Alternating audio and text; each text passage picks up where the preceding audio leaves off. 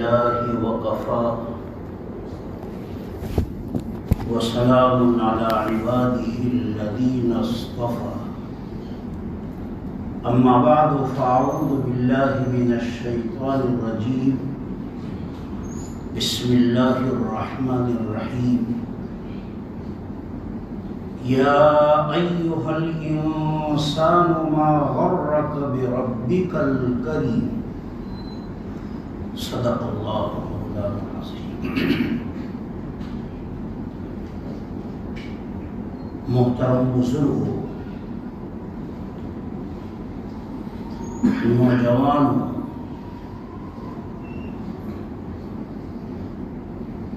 اللہ رب العزت کی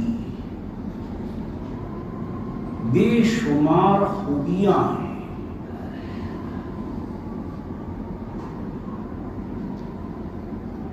اللہ رب العزت کی جو بے شمار خوبیاں ہیں،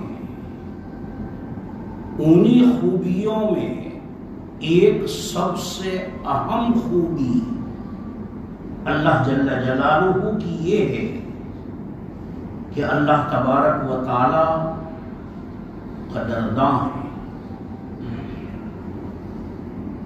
اللہ تبارک و تعالی قدرداں ہیں. بندوں کے اعمال کی اللہ تبارک و تعالی قدر فرماتے ہیں، اور بندے کے چھوٹے سے عمل کو بھی اللہ تبارک و تعالی قدر کی نگاہ سے دیکھتے ہیں.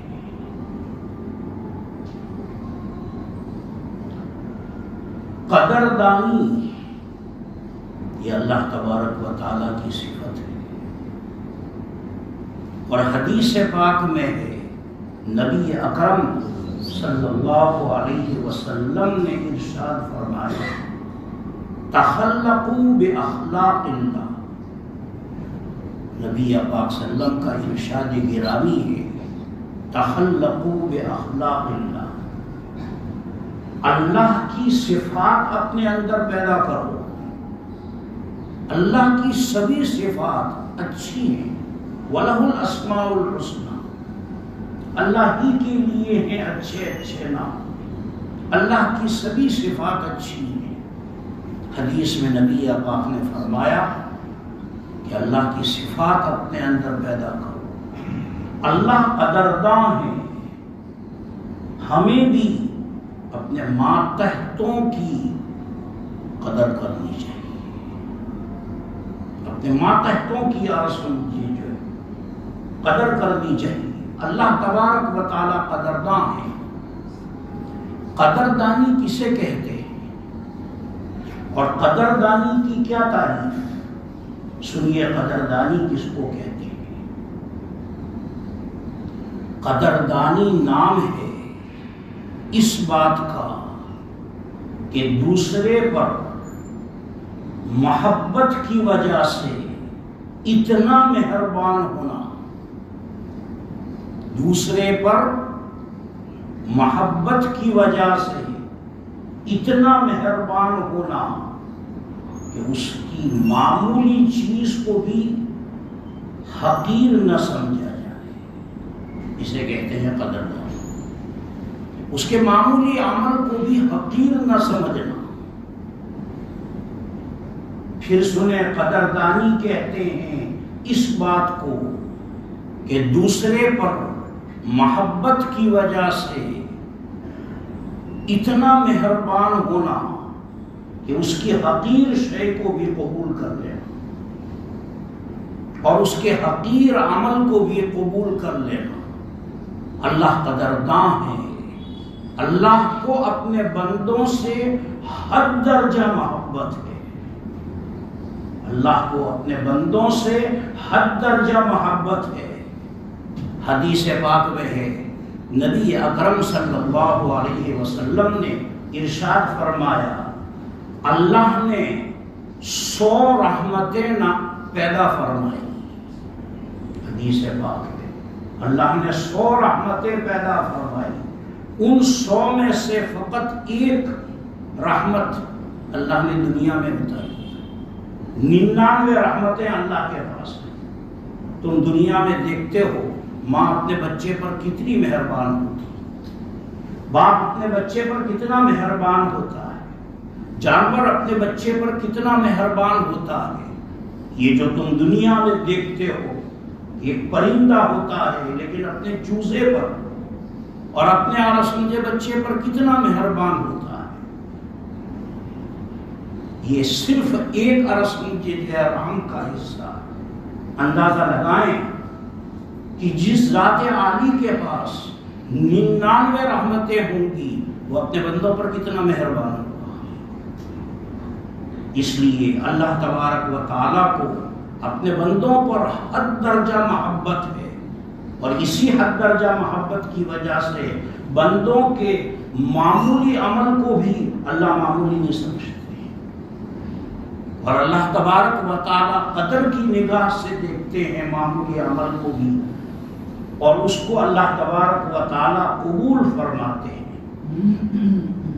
باری تعالیٰ قرآن کریم میں فرماتے ہیں فَمَن يَعْمَلْ مِثْقَالَ ذَرَّةٍ خَيْرًا يَرَهُ.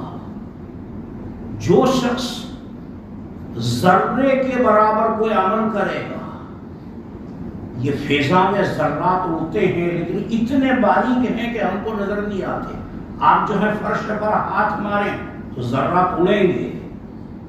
اتنا باریک ہوتا ہے کہ وہ ہم کو نظر بھی نہیں آتا. بندے کا اگر اتنا چھوٹا عمل کہ جو ہمیں نظر بھی نہیں آتا اللہ کو نظر آتا ہے، اتنے چھوٹے عمل کو بھی اللہ ضائع نہیں ہوتے. اس کو بھی یار سمجھے جو ہے قدر کی نگاہ سے اللہ تبارک و تعالیٰ دیکھتے ہیں. ترمذی شریف کی روایت ہے، نبی اکرم صلی اللہ علیہ وسلم نے ارشاد فرمایا کہ بندہ اگر ایک کھجور اللہ کی راہ میں دیتا ہے اور صدقہ کرتا ہے، اگر بندہ ایک کھجور اللہ کی راہ میں دیتا ہے اور صدقہ کرتا ہے تو مہربان اللہ اس ایک کھجور جو صدقہ ہے اس کو بڑھاتے ہیں، اور بڑھاتے بڑھاتے بڑھاتے پہاڑ کے برابر اس کو بنا دیتے ہیں. ایک کھجور آپ نے سمجھے صدقہ کیا اللہ کے راستے، تمہاری ایک کھجور کی سمجھے حیثیت کیا ہے، لیکن اللہ تبارک و تعالیٰ قدرداں ہیں. اس لیے حدیث پاک میں فرمایا گیا کہ اللہ تعالیٰ تمہارے صدقات کو بڑھاتے ہیں. یمحق اللہ الربا ویربی الصدقات، تیسرے پارے کی آیت ہے. اللہ تبارک و تعالیٰ صدقات کو بڑھاتے ہیں. یربی الصدقات، یربی کے معنی بڑھانا. یمحق اللہ الربا ویربی الصدقات، اللہ تبارک و تعالیٰ صدقات کو بڑھاتے ہیں. اور حدیث پاک میں فرمایا گیا کہ گھوڑی کا بچہ ہوتا ہے، چھوٹا سا گھوڑی کا بچہ آج ہی پیدا ہوا، تم اس گھوڑی کے بچے کو کھلاتے ہو اور پلاتے ہو اور بتدریج اس کو بڑا کرتے ہو یہاں تک کہ وہ گھوڑا بن جاتا ہے. شروع میں بچہ تھا لیکن تم نے کھلایا پلایا اور کھلا پلا کر کے تم جس طرح بتدریج اس کو بڑا کرتے ہو. اور حدیث میں فرمایا گیا کہ اونٹنی کا بچہ، فصیل کا لفظ آیا، فصیل کے معنی اونٹنی کا بچہ، اور فلوہ کا لفظ آیا، فلوہ کے معنی گھوڑی کا بچہ. فلوہ اور فصیل دو لفظ آئے ہیں حدیث پاک میں. فلوہ کے معنی گھوڑی کا بچہ اور فصیل کے معنی اونٹنی کا بچہ. جس طرح تم اونٹنی کے بچے کو کھلا پلا کر کے بتدریج سمجھے بڑا کرتے ہو، اللہ تمہارے صدقات کو بتدریج بڑا کرتے ہیں. گھوڑی کا بچہ آنند فانی ایک دن میں اور سمجھے جو گھوڑا نہیں بن جاتا ہے، بتدریج گھوڑا بنتا ہے اور بڑا ہوتا ہے. اللہ کے یہاں بھی تمہارے صدقات بتدریج بڑھتے ہیں. یمحق اللہ الربا ویربی الصدقات، اللہ تمہارے صدقات کو اور سمجھے جو ہے بڑھاتے ہیں. اور کیوں؟ اس لیے کہ اللہ قدرداں ہے۔ حدیث پاک میں نبی اکرم صلی اللہ علیہ وسلم نے فرمایا کہ جہنم کی آگ سے اپنے آپ کو بچاؤ، چاہے آدھی کھجور صدقہ کر کے کیوں نہ۔ ایک کھجور تمہارے پاس نہیں ہے، لیکن ہاں کھجور کا ایک ٹکڑا ہے تمہارے پاس، آدھی کھجور ہے، تو آدھی کھجور بھی اللہ کے راستے میں دو۔ اس آدھی کھجور کو بھی اللہ بڑھائیں گے اور بڑھا بڑھا کر کے اس کو پہاڑ کے برابر اور سمجھیے۔ کسی چیز کو معمولی مت سمجھو کہ میں روپیہ کیا دوں اور سمجھے۔ آج کے زمانے میں بھی اور سمجھے فقیر کہتا ہے 10 روپے کا سوال ہے، اور اور سمجھے روپیہ دو تو منہ دیکھتا ہے اور مجھے کیا دیتا ہے تو اور سمجھے جو ہے۔ لیکن شریعت یہ کہتی ہے کہ نہیں، اگر تم روپیہ دے سکتے ہو تو اور سمجھے 1 روپیہ۔ کسی اور سمجھے نیکی کو حقیر مت سمجھو، اور سمجھے جو ہے جب دل میں نیکی کا داعیہ پیدا ہو اور جذبہ اور خیال آئے صدقے کا اور خیرات کا، تو جو بن سکے جلدی سے اور سمجھے جو ہے دے دو اللہ کے راستے۔ نہ معلوم اور سمجھے 5 منٹ کے بعد یہ جو اور سمجھے داعیہ جو دل میں پیدا ہوا ہے یہ پتہ نہیں باقی رہے نہ رہے۔ حدیث پاک میں ہے نبی اکرم صلی اللہ علیہ وسلم نے ارشاد فرمایا، ہر انسان کے ساتھ ایک فرشتہ لگا ہوا ہے اور ہر انسان کے ساتھ ایک شیطان لگا ہوا ہے۔ حدیث ہے نبی پاک نے فرمایا ہر انسان کے ساتھ ایک فرشتہ لگا ہوا ہے اور ہر انسان کے ساتھ ایک شیطان لگا ہوا ہے۔ شیطان کا کام کیا ہے؟ دل میں برائیوں کے خیالات ڈالنا۔ شیطان کا کام ہے دل میں برائیوں کے خیالات ڈالنا۔ اور فرشتے کا کام کیا ہے؟ فرشتے کا کام ہے دل میں اچھے کاموں کے اور نیکی کے کاموں کے خیالات ڈالنا۔ دونوں اور سمجھے جو ہیں کوشش میں رہتے ہیں، جس کا اور سمجھے بس چل جاتا ہے وہ اپنا کام کر گزرتا ہے۔ فرشتہ اگر جو ہے اس کا بس چل جاتا ہے تو دل میں نیکی کا خیال ڈال دیتا ہے، اور شیطان کا اگر بس چل جاتا ہے بہرحال دونوں اپنے کام میں لگے ہوئے۔ پھر حدیث پاک میں نبی پاک صلی اللہ علیہ وسلم نے فرمایا، جب کبھی تمہارے دل میں کسی نیک کام کرنے کا داعیہ پیدا ہو، جب کبھی تمہارے دل میں کسی نیک کام کرنے کا داعیہ پیدا ہو تو سمجھو کہ یہ فرشتے کی طرف سے، لہذا دیر مت کرو۔ جب دل میں داعیہ پیدا ہو کسی بھی نیک کام کے کرنے کا، چاہے صدقہ کرنے کا دل میں داعیہ پیدا ہوا، چاہے تسبیح پڑھنے کا دل میں داعیہ پیدا ہوا، چاہے تلاوت کرنے کا دل میں داعیہ پیدا ہوا۔ آپ مسجد میں آئے نماز کے لیے، نماز کے بعد آپ کے دل میں داعیہ پیدا ہوا کہ لاؤ 2 رکوع پڑھ لو۔ 2 رکوع نہیں، 1 رکوع قرآن لے کر کے بیٹھ جاؤ، اور جب بیٹھ گئے تو آپ نے فرشتے کی بات مان لی، اور جب فرشتے کی بات مان لی اور سمجھے جو ہے تو یہ فرشتہ بار بار تمہارے دل میں نیکی کا داعیہ اور جب تمہارے دل میں نیکی کا داعیہ پیدا ہو اور تم اس نیک کام کو نہ کرو تو وہ بھی بیچارہ کنٹرول جاتا ہے فرشتہ، یہ تو اور مجھے نفٹ آدمی ہے اور سمجھے جو ہے، اور یہ تو اور سمجھے جو ہے بیوی اور سمجھے بات کا کوئی اثر ہی نہیں ہے۔ لیکن جب وہ دیکھتا ہے کہ نہیں یہ بندہ اور سمجھے جو ہے میری اور سمجھے جو ہے بات کا اثر لیتا ہے تو وہ پھر بار بار کوشش کرے گا اور سمجھے۔ اس لیے حدیث پاک میں آیا، فرمایا نبی پاک صلی اللہ علیہ وسلم نے کہ جب کبھی دل میں اچھا خیال آئے تو اس خیال کو کر گزرو، نیکی کا خیال آئے۔ بہرحال اللہ تبارک و تعالی قدرداں ہیں، اور اللہ تبارک و تعالی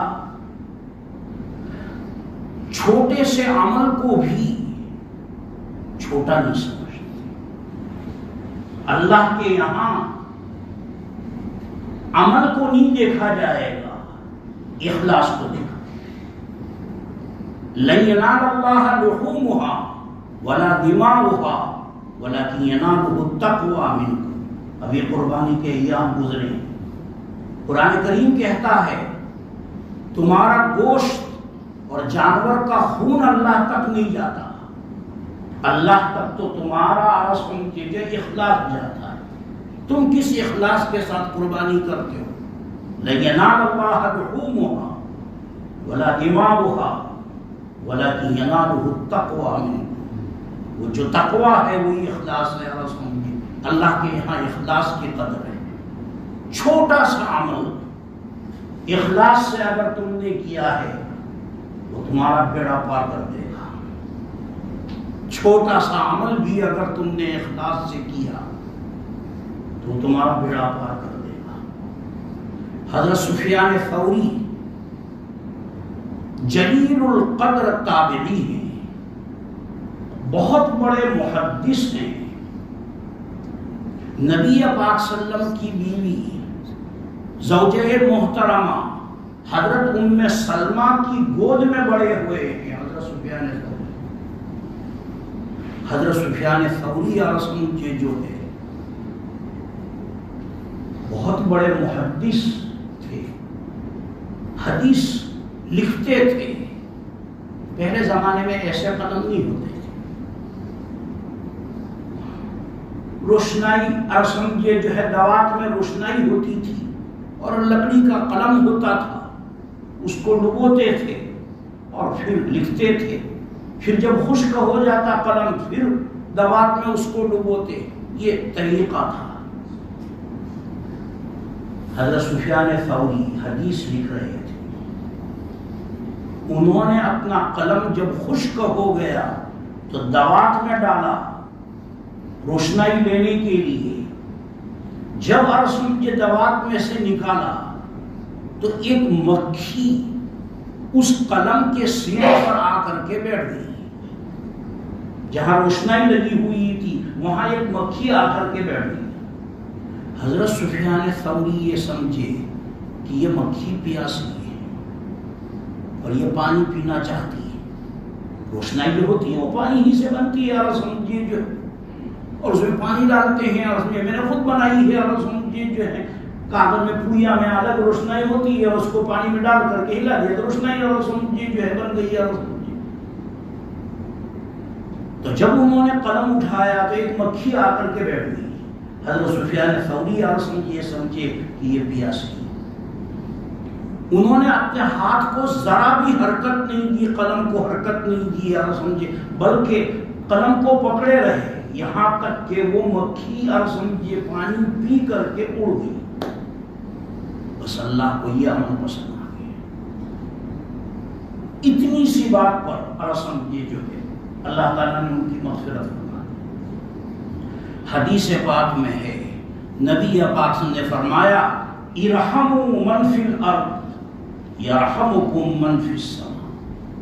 تم زمین والوں پر رحم کھاؤ، آسمان والا تم پر رحم کھائے گا۔ ساری مخلوق اللہ کا کنبہ ہے۔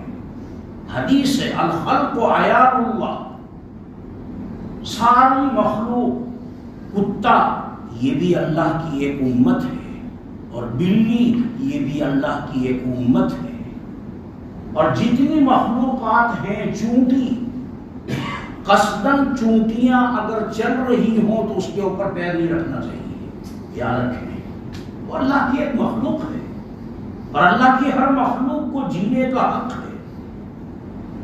اللہ نے سمجھے چونٹیاں خامخانی پیدا فرمائی، اللہ نے کتے خامخانی پیدا فرمائے، اللہ نے یہ کیڑے مکوڑے جو چھوٹے ہیں خامخانی پیدا فرمائے۔ یہ سب اللہ کی مخلوق ہے اور یہ سب اللہ کا کنبہ ہے۔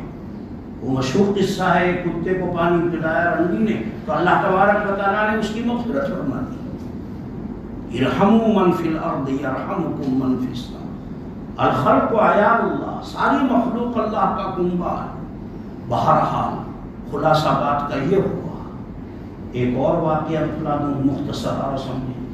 امام ابو داؤد جن کی کتاب دورے کے بچے پڑھتے ہیں، ابو داؤد شریف، ایک مرتبہ عصر بعد دریا کے کنارے پر تفریح کر رہے تھے اور پانی کا جہاز ذرا فاصلے پر اندر جو ہے کھڑا تھا۔ کنارے پر پانی کم ہوتا ہے، جو بڑا جہاز ہوتا ہے وہ کنارے تک نہیں آ سکتا ہے، وہ ذرا اندر رہتا ہے، اور جو مسافر ہوتے ہیں وہ کشتیوں میں بیٹھ کر کے جاتے ہیں اور پھر اس جہاز میں سوار ہوتے ہیں سیڑھیوں سے۔ تو امام ابو داؤد تفریح کر رہے ہیں عصر بعد، جو مسافر اس جہاز میں سوار ہوئے تھے کسی کو چھینک آئی اور اس نے الحمدللہ کہا۔ کوئی جہری الصوت ہوگا، لاؤڈ اسپیکر جیسی آواز والا، کہ اس نے جہاز میں الحمدللہ کہا تو امام ابو داؤد کے کانوں تک آواز آئی۔ امام ابو داؤد کی آواز تو لاؤڈ اسپیکر جیسی نہیں تھی کہ یہاں ساحل پر سمجھے جو ہے یا رحمت اللہ کہیں تو سن لے بیچارہ، عرب سمجھے جو ہے۔ لہذا ایک کشتی والا کھڑا تھا، اس کشتی والے سے کہا کہ یہ سامنے جو جہاز کھڑا ہے بس جانا ہے اور آنا ہے، اور میں 2 درہم تم کو کرایہ دوں گا۔ اس نے سوچا ہوگا ویسی مکھیاں مار رہا ہوں کھڑا بیٹھا سمجھے جو ہے، اس سے بہتر یہ کہ سمجھے 2 درہم تو مل رہے ہیں سمجھے۔ اس نے کہا جاؤ سمجھے، امام ابو داؤد کو بٹھایا۔ امام ابو داؤد اس جہاز تک گئے، سیڑھیوں پر چڑھے اور سیڑھیوں پر چڑھ کر کے زور سے کہا یا رحمک اللہ، اور یہ کہہ کر کے واپس آ گئے۔ ندا آئی کہ ابو داؤد آج تم نے 2 درہم میں جنت خریدی، واہ